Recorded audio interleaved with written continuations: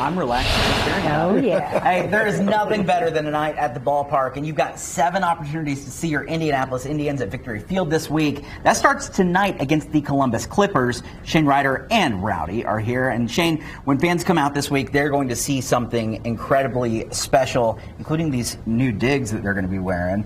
Explain what this is and why we're going to be wearing these uniforms this week. Yeah, the Indianapolis Indians are going to rebrand here for 5 days as the Indianapolis ABCs. So every day here through Saturday, June 24th at Victory Field, you're going to see the Indians on field. We're in the jersey that Rowdy's rocking right now. We've got Indianapolis on the front. This patch here on the right sleeve is actually the minor league baseball, the 9 initiative. Okay. They introduced this concept a year ago, so it's in year 2 of this initiative, but it's basically to bring awareness to the black ball players and coaches who transition the game to get it to where it is today. So the impacts and contributions that they made on the game, obviously in a positive way, but in a time back when the ABCs and Indianapolis Clowns existed, baseball was unfortunately segregated and many players unable to play professionally in the minor leagues or in the big leagues at the major league level. But Jackie Robinson broke the color barrier, and the rest is history. I think one of the amazing things is a lot of times when these events happen, teams are kind of just getting on the bandwagon of it. But you guys, this is a really historic moment because Indianapolis was a big part of a lot of that, right? Indianapolis has a huge and rich history in the Negro Leagues. The initial one of 6 charter members in the Negro National League in 1920. The ABCs played the Chicago American Giants. A lot of cool names that you can recognize across the board, the Homestead Grays and a few others. But the ABCs and their place in Indianapolis is somewhat forgotten. Oscar Charleston is a guy who today is regarded as a top 5, maybe top 10 baseball player across the board, and he never once stepped foot on a major league diamond. He was that good. Yeah. He just never had the opportunity. He's an Indianapolis native. He's actually buried over at Floral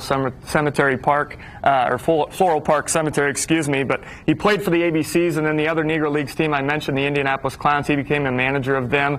Another groundbreaking and barrier-breaking thing for Indianapolis to kind of tip their cap to is the first 3 women ball players in professional baseball came through Indianapolis. Oh, wow. Toni Stone, Connie Morgan, and Mamie Peanut Johnson. Oscar Charleston had a chance to manage those 3 women as they kind of broke the barrier of playing alongside the men on the field. So really cool history. It's fun to celebrate that and bring people out and see the Indians rock these tonight through Saturday. The uniforms and the hats they're really cool, and so I think that it draws attention to that, which is really neat when you're bringing new people out to the Ball Diamond to learn some of this history too. Yeah, you can have a chance to educate fans as they come in. We're going to run some things in park on the video board, some factoids about the ABCs, about the Clowns, about the Negro Leagues in general that fans, the general fan won't really know about Indianapolis. Rowdy knows plenty. He's rocking the jersey over here. He's got the hat that's going to be available in the team store. We're actually going to auction off these jerseys as well, with all proceeds going to our nonprofit Indianapolis Indians Charities. But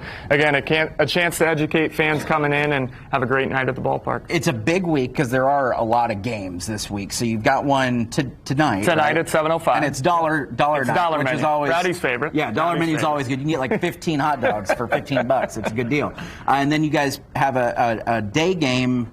We have a day game tomorrow, but we actually get 2 for 1. We have a double header. Nice. So we're making up a lost game that got rained out at the end of April with Columbus. We're going to play at 1:05 tomorrow afternoon, play a couple 7-inning games, and then Thursday, Thirsty Thursday, so the dollar menu tonight. Drink specials on Thursday night, Friday fireworks, and then every Sunday we have Kids Eat Free. And one other thing about the ABCs and the Negro Leagues concept that we're celebrating, the Indians and Columbus Clippers are the first 2 teams to both wear Negro Leagues jerseys on the field at the same time at the minor league level. You've seen it with the Detroit Tigers and Kansas City Royals celebrating the Monarchs and a team up in Detroit, the Detroit Stars. But a chance to be the first to do something is always exciting. So fortunately, the Clippers came aboard with us. They're going to wear Columbus Bluebirds jerseys on field alongside us in the ABCs all the way through Saturday. I got to get over and get a hat because they're going to be gone fast. Guys, thank you so much. It's going to be a fun week out at the Vic. Yes, it is.